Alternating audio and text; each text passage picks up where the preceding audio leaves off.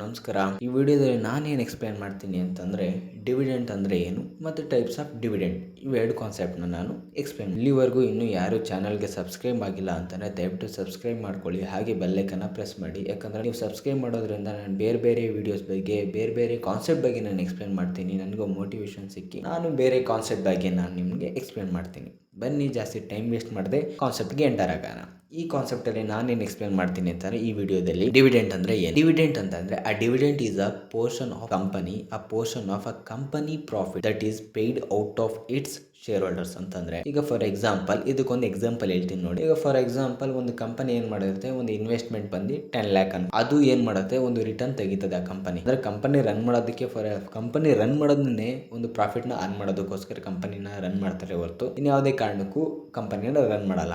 ಓಕೆನಾ. ಈಗ ಒಂದು 10 lakh ಇನ್ವೆಸ್ಟ್ಮೆಂಟ್ ಮಾಡಿದ್ರು, 12 lakh ರಿಟರ್ನ್ 12 lakh ರಿಟರ್ನ್ ತೆಗೆದಾಗ 2 lakh ಬಂದು ಎಕ್ಸಸ್ ಬಂತು. ಇಲ್ಲಿ ಏನ್ ಮಾಡ್ತಾರೆ ಅಂತಂದ್ರೆ ಕಂಪನಿ ಒಂದು ಶೇರ್ ಹೋಲ್ಡರ್ಸ್ ಇನ್ವೆಸ್ಟ್ ಮಾಡಿರ್ತಾರಲ್ಲ, ನಾನು ನೆಕ್ಸ್ಟ್ ವಿಡಿಯೋದಲ್ಲಿ ಆ ಟೈಪ್ಸ್ ಆಫ್ ಶೇರ್ಸ್ ಮತ್ತೆ ಈಕ್ವಿಟಿ ಶೇರ್ಸ್ ಅಂದ್ರೆ ಏನು, ಪ್ರಿಫರೆನ್ಸ್ ಶೇರ್ಸ್ ಅಂದ್ರೆ ಏನು, ಅದ್ರ ಬಗ್ಗೆ ನಾನು ಎಕ್ಸ್ಪ್ಲೇನ್ ಮಾಡ್ತೀನಿ. ಇಲ್ಲಿ ಶೇರ್ ಹೋಲ್ಡರ್ಸ್ ಇರ್ತಾರೆ ಅನ್ಕೊಳ್ಳಿ. ಆ ಶೇರ್ ಹೋಲ್ಡರ್ಸ್ ಏನ್ ಮಾಡ್ತಾರೆ ಅಂತಂದ್ರೆ ಅವ್ರು ಇನ್ವೆಸ್ಟ್ ಮಾಡಿರೋದಕ್ಕೆ ಅವ್ರಿಗೆ ರಿಟರ್ನ್ ಕೊಡ್ಬೇಕು. ನಾವು ಅವ್ರು ಏನ್ ಮಾಡ್ತಾರೆ ಕಂಪನಿ ಅಂತಂದ್ರೆ, ಈಗ 2 lakhs ಎಕ್ಸಸ್ ಬಂದೈತೆ, ಆ 2 lakhs ಅಲ್ಲಿ ಏನ್ ಮಾಡ್ತಾರೆ ಅಂತಂದ್ರೆ ರಿಟೈನ್ ಅರ್ನಿಂಗ್ ಅಂತ ಬರುತ್ತೆ.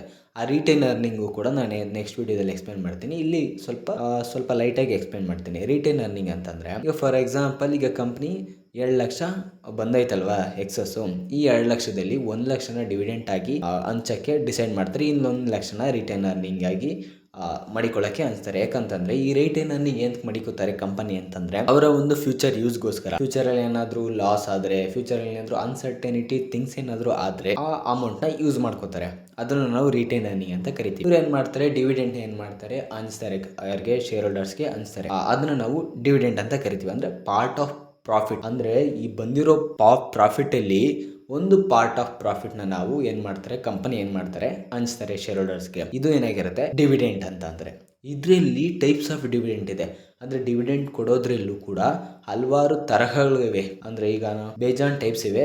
ಅದರಲ್ಲಿ ನಾನೇನ್ ಮಾಡಿದ್ದೀನಿ ಅಂತಂದ್ರೆ ಮೇಜರ್ ಟೈಪ್ಸ್ ಕಂಪನಿ ಏನ್ ಮಾಡುತ್ತೆ ಇಶ್ಯೂ ಮಾಡುತ್ತಲ್ಲ, ಆ ಒಂದು ಟೈಪ್ಸ್ ನ ನಾನು ಲಿಸ್ಟ್ ಮಾಡಿದ್ದೀನಿ. ಆ ಟೈಪ್ಸ್ ನ ನಾವು ಎಕ್ಸ್ಪ್ಲೇನ್ ಮಾಡ್ತೀವಿ. ಮೊದಲನೇದು ಯಾವ್ದಪ್ಪ ಅಂತಂದ್ರೆ ಕ್ಯಾಶ್ ಡಿವಿಡೆಂಟ್, ಎರಡನೇದು ಯಾವ್ದಪ್ಪ ಅಂತಂದ್ರೆ ಸ್ಟಾಕ್ ಡಿವಿಡೆಂಟು, ಮೂರನೇದು ಯಾವ್ದಪ್ಪ ಅಂತಂದ್ರೆ ಪ್ರಾಫಿಟ್ ಡಿವಿಡೆಂಟು, ನಾಲ್ಕನೇದು ಯಾವ್ದಪ್ಪ ಅಂತಂದ್ರೆ ಇಂಟ್ರಿಮ್ ಡಿವಿಡೆಂಟ್, ಐದನೇದು ಯಾವ್ದಪ್ಪ ಅಂತಂದ್ರೆ ಫೈನಲ್ ಡಿವಿಡೆಂಟ್, ಆರನೇದು ಯಾವ್ದಪ್ಪ ಅಂತಂದ್ರೆ ಸ್ಪೆಷಲ್ ಡಿವಿಡೆಂಟ್ ಅಂತ. ಇದನ್ನ 1 by 1 ಆಗಿ ನಾನು ನಿಮಗೆ ಎಕ್ಸ್ಪ್ಲೇನ್ ಮಾಡ್ತೀನಿ. ಇದೆಲ್ಲ ಬಂದು ಟೈಪ್ಸ್ ಆಫ್ ಡಿವಿಡೆಂಟ್ ಆಗಿವೆ. ಇನ್ನೂ ಹಲವಾರಿವೆ. ಇಷ್ಟು ಏನಾಗಿದೆ, ಒಂದು ಕಂಪನಿ ಏನ್ ಮಾಡುತ್ತೆ, ಮೇಜರ್ ಕಂಪನಿ ಇಷ್ಟನ್ನ ಕನ್ಸಿಡರ್ ಮಾಡುತ್ತೆ, ಜಾಸ್ತಿ ಏನು ಕನ್ಸಿಡರ್ ಮಾಡಲ್ಲ. ಇವೆಲ್ಲ ಮೇಜರ್ ಬರೋದು. ಈ 6 ಏನಕ್ಕಿದೆಯಲ್ಲ, ಈ 6 ಮೇಜರ್ ಎಲ್ಲ ಕಂಪನೀಸಲ್ಲೂ ಕೊಡೋದು. ಓಕೆನಾ. ಅದ್ರಲ್ಲಿ ನಾವು ಈಗ ಮೊದಲನೇ ನೋಡೋಣ ಕ್ಯಾಶ್ ಡಿವಿಡೆಂಟ್ ಅಂತಂದ್ರೆ. ಕ್ಯಾಶ್ ಡಿವಿಡೆಂಟ್ ಅಂದ್ರೆ ಏನಪ್ಪಾ ಅಂತಂದ್ರೆ, cash dividend is the portion of profit distributing to share holders in the form of cash. ಅಂದ್ರೆ ಅಲ್ಲೇ ಇದೆ ಕ್ಯಾಶ್ ಡಿವಿಡೆಂಟ್ ಅಂತಂದ್ರೆ, ಡಿವಿಡೆಂಟ್ ನ ಏನ್ ಮಾಡ್ತಾರೆ in the form of cash ಆಗಿ ಕೊಡ್ತಾರೆ. ಇಲ್ಲಿ ಎಕ್ಸಾಂಪಲ್ ಇದೆ, ಈ ಎಕ್ಸಾಂಪಲ್ ನ ಅರ್ಥ ಮಾಡ್ತೀನಿ ನೋಡಿ. A limited declared a cash dividend of ₹5 per share if Ravi own 100 shares and he will receive ಅಂತಂದ್ರೆ, ಈಗ ಏನ್ ಮಾಡುತ್ತೆ ಅಂತಂದ್ರೆ ರವಿ ಅನ್ನೋ ವ್ಯಕ್ತಿ 100 shares ನ ಹೋಲ್ಡ್ ಮಾಡ್ತಿರ್ತಾನೆ. ಆ 100 ಶೇರ್ಸ್ಗೆ ಅವ್ರು ಏನ್ ಮಾಡ್ತಾರೆ ₹5 ನ ಕೊಡ್ತಾರೆ. ಒಂದು ಶೇರ್ಸ್ಗೆ ₹5 ನ ಕೊಡ್ತಾರೆ ಆಸ್ ಅ ಕ್ಯಾಶ್ ಡಿವಿಡೆಂಟ್ ಆಗಿ. ಒಂದು ಶೇರ್ಸ್ಗೆ ₹5 ನ ಕೊಡ್ತಾರೆ. ಆಗ ನಮ್ಗೆ ಏನಾಗುತ್ತೆ, 100 into 5 ಮಾಡಿದಾಗ 500 ಅವನ ಹತ್ರ ಟೋಟಲ್ ಕ್ಯಾಶ್ ಆಗುತ್ತೆ. ಕ್ಯಾಶ್ ಇದೇನಾಗಿದೆ ಕ್ಯಾಶ್ ಡಿವಿಡೆಂಟ್ ಅಂತ. ಅಂದ್ರೆ ಸಿಂಪಲ್ ಆಗಿ ಹೇಳ್ಬೇಕಂತಂದ್ರೆ ಏನ್ ಮಾಡ್ತಾರೆ ಕಂಪನಿ, ಒಂದು ಕ್ಯಾಶ್ ಆಗಿ ಪೇ ಮಾಡ್ಬಿಡ್ತಾರೆ ಡಿವಿಡೆಂಟ್ಗೆ. ಈಗ ನೀನು ಇಷ್ಟು ಇನ್ವೆಸ್ಟ್ಮೆಂಟ್ ಮಾಡಿದೆ, ನೀನು ₹10 ಹಾಕಿದೆ ನನ್ನ ಕಂಪ್ನಿಗೆ, ತಗೋ ₹15 ಅಂತ ಅಂದ್ಬಿಟ್ಟು ಕಂಪನಿ ಏನ್ ಮಾಡ್ಬಿಡುತ್ತೆ, ಅವ್ನಿಗೆ ಸೆಟಲ್ಮೆಂಟ್ ಮಾಡುತ್ತೆ. ಅಂದ್ರೆ ಡಿವಿಡೆಂಟ್ ನ ಪೇ ಮಾಡುತ್ತೆ ಅವನಿಗೆ. ಸೆಟಲ್ಮೆಂಟ್ ಅಂದ್ರೆ ಕ್ಯಾಶ್ ನ ಸೆಟಲ್ಮೆಂಟ್ ಮಾಡುತ್ತೆ. ನೆಕ್ಸ್ಟ್ ಯಾವ್ದಪ್ಪ ಅಂದ್ರೆ, ನೆಕ್ಸ್ಟ್ ಕಾನ್ಸೆಪ್ಟ್ ಯಾವ್ದು, ನೆಕ್ಸ್ಟ್ ಟೈಪ್ ಯಾವ್ದಪ್ಪ ಅಂತಂದ್ರೆ, ಸೆಕೆಂಡ್ ಟೈಪು ಡಿವಿಡೆಂಟ್ ಅಲ್ಲಿ ಯಾವ್ದಪ್ಪ ಅಂತಂದ್ರೆ stock dividend or bonus dividend ಅಂತ ಕರಿತೀವಿ. ಸ್ಟಾಕ್ ಡಿವಿಡೆಂಟ್ ಇಲ್ಲ ಬೋನಸ್ ಡಿವಿಡೆಂಟ್. ಇದೇನಪ್ಪ ಅಂತಂದ್ರೆ stock dividend is a portion of profit distributed to share holders in the form of additional shares instead of cash. ಅಂತಂದ್ರೆ ಏನ್ ಮಾಡ್ತಾರೆ ಅಂತಂದ್ರೆ, ಇಲ್ಲಿ ಹೆಸರೇ ಹೇಳ್ತಿದೆ ಬೋನಸ್ ಶೇರ್ಸ್ ಅಂತ. ಫಾರ್ ಎಕ್ಸಾಂಪಲ್ ಇಲ್ಲಿ ಎಕ್ಸಾಂಪಲ್ ಇದೆ, ಅದನ್ನ ಎಕ್ಸಾಂಪಲ್ ಅರ್ಥ ಮಾಡ್ಕೊಳ್ಳಿ. A limited announce a stock dividend of 1 share for every 10 shares held ಅಂತಂದರೆ, ಈಗ ನೀನು 10 ಶೇರ್ಸ್ನ ತೊಗೊಂಡಿರ್ತೀಯ ಕಂಪನಿದು, 10 ಶೇರ್ಸ್ಗೆ 1 ಶೇರ್ಸ್ನ ಕೊಡ್ತೀನಿ. ಆಗ ಫಾರ್ ಎಕ್ಸಾಂಪಲ್ ಇಲ್ಲಿ ರವಿ ಅನ್ನೋ ವ್ಯಕ್ತಿ 100 ಶೇರ್ಸು ಈ ಕಂಪನಿದು, ಯಾವ ಕಂಪ್ನಿ, ಎ ಲಿಮಿಟೆಡ್ ಕಂಪನಿದು 100 ಶೇರ್ಸ್ನ ಹೋಲ್ಡ್ ಮಾಡವನೆ. ಆ 100 ಶೇರ್ಸ್ಗೆ 10 ಶೇರ್ಸ್ಗೆ ನಾನು 1 ಶೇರ್ಸ್ನ ಕೊಡ್ತೀನಿ. ಆವಾಗ ಅಲ್ಲಿ ಎಷ್ಟು ಟೋಟಲ್ ಶೇರ್ಸ್ ಆಗುತ್ತೆ ಅಂತಂದರೆ ಅವನಿಗೆ 10 ಶೇರ್ಸ್ ಆಗುತ್ತೆ. ಎಕ್ಸ್ಟ್ರಾ ಅವನಿಗೆ ಎಷ್ಟು ಸಿಕ್ತು ಅಂತಾನೆ 10 ಶೇರ್ಸ್ನ ಕೊಟ್ಟರು. ಈಗ ಅವರು ಮೊದಲೇ ಕಂಪ್ನಿ ಏನು ಮಾಡ್ತಿತ್ತು ಅಂತಾನೆ ಕ್ಯಾಶ್ ಆಗಿ ಪೇ ಮಾಡ್ತಿದ್ರು. ಈಗ ಇವ್ರು ಏನು ಮಾಡ್ತಾರೆ, ಶೇರ್ಸ್ನ, ಕಂಪನಿ ಶೇರ್ಸ್ನೇ ವಾಪಸ್ ಕೊಡ್ತಾರೆ. ಅಂದರೆ ಕಂಪನಿ ಶೇರ್ಸ್ನ ಇವ್ರಿಗೆ ಕೊಡ್ತಾರೆ, ಆ್ಯಸ್ ಅ ಬೋನಸ್ ಆಗಿ ಕೊಡ್ತಾರೆ. ಓಕೆನಾ. ಇಲ್ಲಿ ಅವನ ಹತ್ರ ಟೋಟಲ್ ಶೇರ್ಸ್ ಎಷ್ಟಾಯಿತು ಅಂತಂದರೆ 100 + 10 ಆದಾಗ 110 ಶೇರ್ಸ್ ಆಯಿತು. ಓಕೆನಾ. ಇಲ್ಲಿ ನಾವು ನೋಡ್ಬೋದು ಹೌ ಇಟ್ಸ್ ವರ್ಕ್ ಅಂತ. ಬಿಫೋರ್ ಸ್ಟಾಕ್ ಡಿವಿಡೆಂಡ್ ಅಂದರೆ ಸ್ಟಾಕ್ ಡಿವಿಡೆಂಡ್ನ ಕೊಡೋಕ್ಕಿಂತ ಮುಂಚೆ ಅವನ ಹತ್ರ 100 ಶೇರ್ಸ್ ಇತ್ತು. ಅದಾದಮೇಲೆ 1 ಶೇರ್ ಫಾರ್ ಎವ್ರಿ 10 ಶೇರ್ಸ್ ಕೊಟ್ಟಾದಮೇಲೆ ಅವನಿಗೆ 10 ಶೇರ್ ಸಿಕ್ತು. 100 + 10 ಆದಾಗ 110 ಆಯಿತು. ಟೋಟಲ್ ಈಗ ಅವನಿಗೆ ಆಫ್ಟರ್ ಸ್ಟಾಕ್ ಡಿವಿಡೆಂಟ್ ಆದಮೇಲೆ 110 ಶೇರ್ಸ್ ಇದೆ ಅವನ ಹತ್ರ ಅಂತ ಇಲ್ಲಿದೆ. ಇದು ಆಗಿದೆ ಒಂದು ಸ್ಟಾಕ್ ಡಿವಿಡೆಂಟ್ ಅಂತಂದರೆ.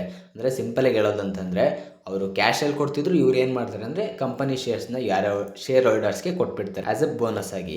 ಇದು ಸೆಕೆಂಡ್ ಟೈಪು ಸ್ಟಾಕ್ ಡಿವಿಡೆಂಟು. ಮೂರನೇ ಟೈಪ್ ಯಾವುದಪ್ಪ ಅಂತಂದರೆ, ಮೂರನೇ ಟೈಪ್ ಬಂದು ಪ್ರಾಪರ್ಟಿ ಡಿವಿಡೆಂಟ್ ಅಂತ. ಪ್ರಾಪರ್ಟಿ ಡಿವಿಡೆಂಟ್ ಅಂತಂದರೆ ಮೀನಿಂಗ್ ಓದಿ, property dividend is a portion of profit distributing to the share holders in the form of asset, property or security instead of cash. ಏನು ಮಾಡ್ತಾರೆ ಪ್ರಾಪರ್ಟಿ ಡಿವಿಡೆಂಟ್ ಅಂತಂದರೆ, ಇದು ಒಂದು form of dividend. ಇದನ್ನು ಏನು ಮಾಡ್ತಾರೆ, ಕ್ಯಾಶ್ ಆಗಿ ಡಿಸ್ಟ್ರಿಬ್ಯೂಟ್ ಮಾಡಲ್ಲ ಶೇರ್ ಹೋಲ್ಡರ್ಸ್ಗೆ, ಇಲ್ಲ ಅಂದರೆ ಬೋನಸ್ ಆಗಿ ಕೊಡಲ್ಲ. ಏನು ಮಾಡ್ತಾರೆ, ಕಂಪನಿ ಅಸೆಟ್ಸು. ಫಾರ್ ಎಕ್ಸಾಂಪಲ್ ಈಗ ಕಂಪನಿಯಲ್ಲಿ ಒಂದು ಇನ್ವೆಂಟ್ರಿ ಇತ್ತು, ಕಂಪನಿಯಲ್ಲಿ ಒಂದು ಅಸೆಟ್ ಇತ್ತು, ಅದನ್ನು ಏನು ಮಾಡ್ತಾರೆ ಶೇರ್ ಹೋಲ್ಡರ್ಸ್ಗೆ ಕೊಟ್ಬಿಡ್ತಾರೆ. ಇಲ್ಲಿ ಎಕ್ಸಾಂಪಲ್ ನೋಡಿ, XYZ limited own shares of another company and PQR limited is decided to distributing those shares to its share holders as a dividend. ಇದು ನಿಮಗೆ ಅರ್ಥ ಮಾಡಿಸ್ತೀನಿ ನೋಡಿ. ಅಂದರೆ ಏನು ಮಾಡುತ್ತೆ ಅಂತಂದರೆ, ಈಗ ಕಂಪನಿ ಒಂದು ಎ ಅನ್ನೋ ಕಂಪನಿ ಬಿ ಅನ್ನೋ ಕಂಪನಿ ಶೇರ್ಸ್ನ ತಗೊಂಡಿರುತ್ತೆ. ಈಗ ಏನು ಮಾಡುತ್ತೆ, ಶೇರ್ ಹೋಲ್ಡರ್ಸ್ಗೆ ಆ ಕಂಪನಿ ಅಸೆಟ್ಸ್ನ ಏನು ಮಾಡುತ್ತೆ, ಆ ಕಂಪನಿ ಏನು ಮಾಡ್ತೀವಿ ಹೋಲ್ಡ್ ಮಾಡಿರುತ್ತಲ್ಲ ಬಿ ಕಂಪನಿ ಶೇರ್ಸು, ಆ ಶೇರ್ಸ್ನ ಶೇರ್ ಹೋಲ್ಡರ್ಸ್ಗೆ ಕೊಡ್ತಾರೆ. ಅವರ ಅಸೆಟ್ನ ಶೇರ್ ಹೋಲ್ಡರ್ಸ್ಗೆ ಕೊಡೋದನ್ನ ನಾವು ಪ್ರಾಪರ್ಟಿ ಡಿವಿಡೆಂಡ್ ಅಂತ ಕರಿತೀವಿ. ಇದರಲ್ಲಿ ನನಗೆ ಅರ್ಥ ಮಾಡಿಸ್ತೀನಿ ನೋಡಿ. ಇದು ಸ್ವಲ್ಪ ಡಿಫಿಕಲ್ಟಿ ಆಗಿದೆ ಪ್ರಾಪರ್ಟಿ ಡಿವಿಡೆಂಟ್ ಅನ್ನೋದು. ಕಂಪನಿಯನ್ನು ಯಾವ್ಯಾವ ಕೇಸಲ್ಲಿ ಕೊಡುತ್ತೆ ಅಂತಂದರೆ, ಅಂದರೆ ಏನೇನು ಡಿವಿಡೆಂಟ್ ಆಗಿ ಕೊಡುತ್ತೆ ಅಂತಂದರೆ, ಲ್ಯಾಂಡ್ ಆ್ಯಂಡ್ ಬಿಲ್ಡಿಂಗ್ನ ಕೊಡುತ್ತೆ, ಮೆಷಿನರಿ ಆರ್ ಎಕ್ವಿಪ್ಮೆಂಟ್ಸ್ನ ಕೊಡುತ್ತೆ, ಇಲ್ಲಾಂದರೆ ಇನ್ವೆಂಟ್ರಿ, ಗೂಡ್ಸ್ ಆಗಿರ್ಬೋದು, ಪ್ರಾಡಕ್ಟ್ ಆಗಿರ್ಬೋದು, share of another company owned by the company ಆಗಿರ್ಬೋದು, ಮತ್ತು ವ್ಯಾಲ್ಯೂಬಲ್ ಇನ್ವೆಸ್ಟ್ಮೆಂಟ್ ಇವೆಲ್ಲ ಏನು ಮಾಡುತ್ತೆ ಪ್ರಾಪರ್ಟಿ ಡಿವಿಡೆಂಟ್ ಆಗಿ ಕಂಪನಿ ಏನು ಮಾಡುತ್ತೆ ಶೇರ್ ಹೋಲ್ಡರ್ಸ್ಗೆ ಕೊಡುತ್ತೆ. ಇದು ಕಂಪನಿಗೆ ಎಫೆಕ್ಟ್ ಆಗುತ್ತಾ ಅಲ್ವಾ? ಆಬ್ವಿಯಸ್ಲಿ ಇದು ಕಂಪನಿಗೆ ಎಫೆಕ್ಟ್ ಆಗೇ ಆಗುತ್ತೆ. ಫಾರ್ ಎಕ್ಸಾಂಪಲ್ ಈಗ ಕಂಪನಿ ಪ್ರಾಪರ್ಟಿನ ಶೇರ್ ಹೋಲ್ಡರ್ಸ್ಗೆ ಕೊಟ್ಬಿಟ್ರೆ ಕಂಪನಿ ಅಸೆಟ್ ಏನಾಗುತ್ತೆ ಡಿಕ್ರೀಸ್ ಆಗುತ್ತೆ, ಮತ್ತು ಕಂಪನಿ ನೆಟ್ವರ್ತ್ ಏನಾಗುತ್ತೆ ಡಿಕ್ರೀಸ್ ಆಗುತ್ತೆ, ಮತ್ತು ಕಂಪನಿ ಏನು ಮಾಡುತ್ತೆ ಪ್ರಾಪರ್ಟಿ ರೈಟ್ಸ್ನ ಓನರ್ಶಿಪ್ನ ಲೂಸ್ ಆಗುತ್ತೆ ಕಂಪನಿಗೆ, ಅಂದರೆ ಕಳ್ಕೊಳ್ಳುತ್ತೆ ಕಂಪನಿ. ಮತ್ತು ಈ ಕಂಪನಿ ಏನು ಮಾಡುತ್ತೆ ಅಂತಂದರೆ ಪ್ರಾಪರ್ಟಿ ಡಿವಿಡೆಂಡ್ನ why would a company pay a property dividend, ಯಾಕೆ ಕಂಪನಿ ಪ್ರಾಪರ್ಟಿ ಡಿವಿಡೆಂಡ್ನ ಪೇ ಮಾಡುತ್ತೆ ಅಂತಂದರೆ, it may not have enough cash ಅಂತಂದರೆ ಕಂಪನಿ ಹತ್ರ ಒಂದು ಎನಫ್ ಕ್ಯಾಶ್ ಇಲ್ಲ ಅಂತ ಅಂದಾಗ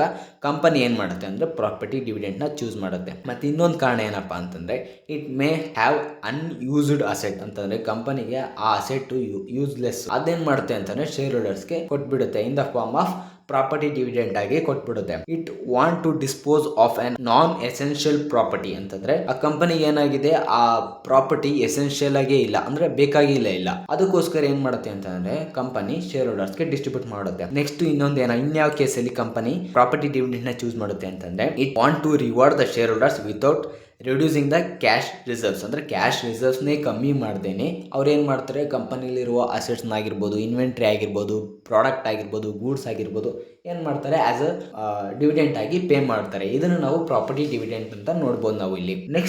ನೆಕ್ಸ್ಟ್ ಯಾವುದು ಬರುತ್ತೆ ಟೈಪ್ಸ್ ಆಫ್ ಡಿವಿಡೆಂಟಲ್ಲಿ ನೆಕ್ಸ್ಟ್ ಯಾವ್ದು ಇದೆ ಅಂತಂದರೆ ಇಂಟ್ರಿಮ್ ಡಿವಿಡೆಂಟ್ ಅಂತಂದ್ರೆ. Interim dividend is a dividend declared and paid by the company during the financial year before the financial accounts are prepared ಅಂತಂದ್ರೆ ಇಲ್ಲಿ ಫಾರ್ ಎಕ್ಸಾಂಪಲ್ ನಮಗೆ ಕ್ಯಾಲೆಂಡರ್ ಇಯರ್ ಅಲ್ಲಿ ಯಾವ ತರ ರನ್ ಆಗುತ್ತೆ ಅಂತಂದ್ರೆ ಫಸ್ಟ್ ಜಾನಿಂದ ಡಿಸೆಂಬರ್ ಲಾಸ್ಟ್, ಅದು ನಮಗೆ ಕ್ಯಾಲೆಂಡರ್ ಪ್ರಕಾರ. ಆದ್ರೆ ಅಕೌಂಟಿಂಗ್ ಫಿನಾನ್ಷಿಯಲ್ ಇಯರ್ ಪ್ರಕಾರದಲ್ಲಿ ಯಾವ ತರ ಒಂದು ಫಿನಾನ್ಷಿಯಲ್ ಇಯರ್ ಎಂಡ್ ಆಗುತ್ತೆ ಅಂತಂದ್ರೆ ಫಸ್ಟ್ ಏಪ್ರಿಲ್ ಇಂದ 31st ಮಾರ್ಚ್ ಅಲ್ಲಿವರೆಗೂ ಒಂದು ಅಕೌಂಟಿಂಗ್ ಫಿನಾನ್ಷಿಯಲ್ ಇಯರ್ ಆಗಿರುತ್ತೆ. ಈಗ ಇಲ್ಲಿ ಕಂಪನಿ ರನ್ ಮಾಡ್ತಿರ್ತಾರೆ, ಏನು ಒಂದು 6 ತಿಂಗಳು ಆಯ್ತು. ಒಂದು 6 ತಿಂಗಳಾದ್ಮೇಲೆ ಒಂದು ಪ್ರಾಫಿಟ್ ನ ಅರ್ನ್ ಮಾಡ್ತಾರೆ. ಒಂದು ಕಂಪನಿ ಒಂದು 6 ತಿಂಗಳಿಗೆನೆ ಒಂದು ಪ್ರಾಫಿಟ್ ನ ಬಂದ್ಬಿಡುತ್ತೆ ಕಂಪನಿಗೆ. ಅವಾಗ ಏನ್ ಮಾಡ್ತಾರೆ, 6 ತಿಂಗಳು ಒಂದು ವರ್ಷ ಕಂಪ್ಲೀಟ್ ಆಗೋಕ್ಕಿಂತ ಮುಂಚೆನೆ ಅವ್ರು ಏನ್ ಮಾಡ್ಬಿಡ್ತಾರೆ, ಶೇರ್ ಹೋಲ್ಡರ್ಸ್ಗೆ ಡಿವಿಡೆಂಡ್ ನ ಹಂಚ್ಬಿಡ್ತಾರೆ. ಅದನ್ನ ನಾವು ಇಂಟ್ರಿಮ್ ಡಿವಿಡೆಂಡ್ ಅಂತ ಕರಿತೀವಿ.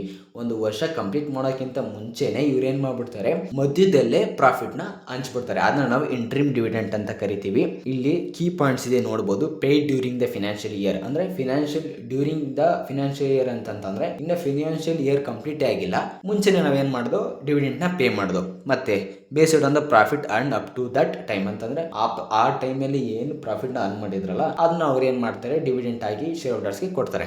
ಇದಾಗಿದೆ ಇಂಟ್ರಿಮ್ ಡಿವಿಡೆಂಡ್ ಅಂತ.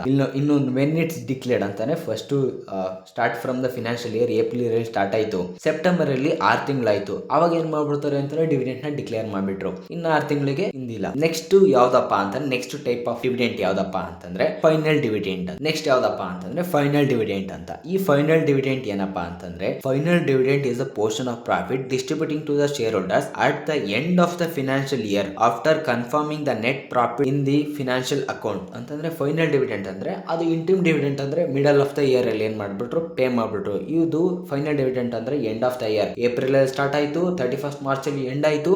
ಇದೇನ್ ಮಾಡ್ತಾರೆ, ಎಲ್ಲ ಎಂಡ್ ಆದ್ಮೇಲೆ ಎಲ್ಲ ಏನೇನ್ ಪ್ರಾಫಿಟ್ ಬಂದಿರುತ್ತಲ್ಲ ಆ ಪ್ರಾಫಿಟ್ ಅಲ್ಲಿ ಆ ಪಾರ್ಟ್ ಆಫ್ ಪ್ರಾಫಿಟ್ ನ ಏನ್ ಮಾಡ್ತಾರೆ, ಡಿವಿಡೆಂಟ್ ಆಗಿ ಪೇ ಮಾಡ್ಬಿಡ್ತಾರೆ in the form of shares ಅಲ್ಲಿ, ಅಂದ್ರೆ in the form of rupees ಅಲ್ಲಿ. ಫೈನಲ್ ಡಿವಿಡೆಂಟ್ ಕೂಡ ರುಪೀಸ್ ಅಲ್ಲಿ ಪೇ ಮಾಡ್ಬಿಡ್ತಾರೆ. ಅಂದ್ರೆ ಎಕ್ಸಾಂಪಲ್ ನೋಡಬಹುದು, at the end of the year ABC limited prepares at a final account and find a net profit ನ find out ಮಾಡಿದ್ರು. The board of director declare the final dividend ₹8 per share, ಅಂದ್ರೆ ಒಂದು ಶೇರ್ಸ್ಗೆ ₹8 ಆಗಿ pay ಮಾಡ್ಬಿಟ್ರು. In the form of cash ಅಲ್ಲಿ ಅವರು pay ಮಾಡ್ಬಿಟ್ರು ಫೈನಲ್ ಡಿವಿಡೆಂಟ್ ನ. ನೆಕ್ಸ್ಟ್ ಟೈಪ್ ಆಫ್ ಡಿವಿಡೆಂಟ್ ಯಾವ್ದಪ್ಪ ಅಂತಂದ್ರೆ ಸ್ಪೆಷಲ್ ಡಿವಿಡೆಂಟ್. ಹೆಸರೇ ಇದೆ ಸ್ಪೆಷಲ್ ಡಿವಿಡೆಂಟ್ ಅಂತ. Special dividend is an additional one time dividend pay to the shareholders out of excess profit and that are not expected to occur regularly.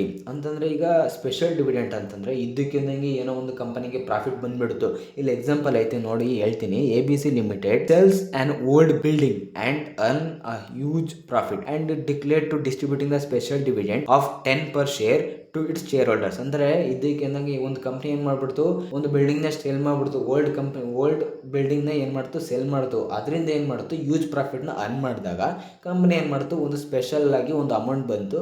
ಆ ಅಮೌಂಟ್ನ ಏನು ಮಾಡುತ್ತೆ ಅಂದರೆ ಡಿವಿಡೆಂಟ್ ಆಗಿ ಶೇರ್ ಹೋಲ್ಡರ್ಸ್ಗೆ ಕೊಡುತ್ತೆ. ಇದನ್ನು ನಾವು ಸ್ಪೆಷಲ್ ಡಿವಿಡೆಂಟ್. ಇದ್ದಕ್ಕಿದ್ದಂಗೆ ಕಂಪ್ನಿಗೆ ಏನೋ ಒಂದು ಬರುತ್ತೆ ಅಮೌಂಟು, ಅದನ್ನ ಏನು ಮಾಡ್ತಾರೆ, ಕಂಪನಿ ಏನು ಮಾಡುತ್ತೆ, ಡಿವಿಡೆಂಟ್ ಆಗಿ ಶೇರ್ ಹೋಲ್ಡರ್ಸ್ಗೆ ಹಂಚ್ತಾರೆ. ಇದಾಗಿದೆ ಸ್ಪೆಷಲ್ ಟೈಪ್ ಡಿವಿಡೆಂಟ್ ಅಂದ್ರೆ ಏನು, ಟೈಪ್ಸ್ ಆಫ್ ಡಿವಿಡೆಂಟು ಇದಾಗಿದೆ. ನಾನು ಬೇರೆ ವಿಡಿಯೋದಲ್ಲಿ ಬೇರೆ ಕಾನ್ಸೆಪ್ಟ್ ಬಗ್ಗೆ ಎಕ್ಸ್ಪ್ಲೇನ್ ಮಾಡ್ತೀನಿ. ಇಲ್ಲಿವರೆಗೂ ನೋಡಿದ್ದಕ್ಕೆ thank you guys, thank you for watching. ಇದೇ ಥರ ಸಪೋರ್ಟ್ ಮಾಡಿ, ನಾನು ಬೇರೆ ವಿಡಿಯೋದಲ್ಲಿ ಬೇರೆ ಕಾನ್ಸೆಪ್ಟ್ ಬಗ್ಗೆ ಎಕ್ಸ್ಪ್ಲೇನ್ ಮಾಡ್ತೀನಿ. ಇನ್ನೂ ಯಾರು ಚಾನಲ್ಗೆ ಸಬ್ಸ್ಕ್ರೈಬ್ ಮಾಡಿಲ್ಲ ಅಂತಂದರೆ ದಯವಿಟ್ಟು ಸಬ್ಸ್ಕ್ರೈಬ್ ಮಾಡ್ಕೊಳ್ಳಿ, ಹಾಗೆ ಬೆಲ್ಲೈಕನ್ನ ಪ್ರೆಸ್ ಮಾಡಿ ನಮಗೂ ಸಪೋರ್ಟ್ ಮಾಡಿ. ನಾನು ಬೇರೆ ಕಾನ್ಸೆಪ್ಟ್ ಬಗ್ಗೆ ನಾನು ಎಕ್ಸ್ಪ್ಲೇನ್ ಮಾಡಿ. Thank you for watching.